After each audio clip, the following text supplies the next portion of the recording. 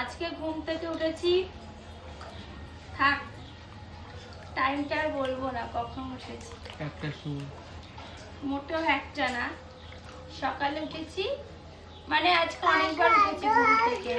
তো সকালবেলায় উঠে গিয়েছিল কান্না কাটি, তারপরে তাতানের সাথে রাত 2:30টার সময় ঘুমিয়েছি। ও জ্বর এসেছিল, খাওয়া দাওয়া তো নেই, সেই এটা ওটা টুকটুক করে খাওয়াচ্ছিলাম। রাত্রেবেলা ও এত কথা বলে, তোতা পাখির মতো বক বক, এটা কি ওটা কি, বা এটা বলো সেটা বলো।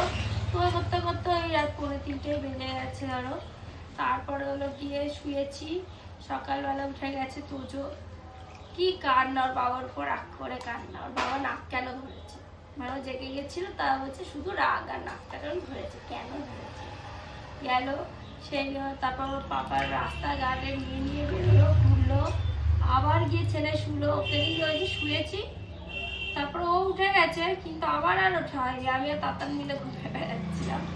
উঠতে উঠতে লেট হয়ে গেল। উঠে ওই যে এখন রান্না, ওইদিকে শাক ভাজা হয়ে গেছে, ভাত হয়ে গেছে, আর এই যে ওদের জন্য তরকারি করবো। এই তরকারিটা বাবুদের জন্য, আর আমাদের জন্য করবো হলো গিয়ে পটল, আলু পটলের তরকারি।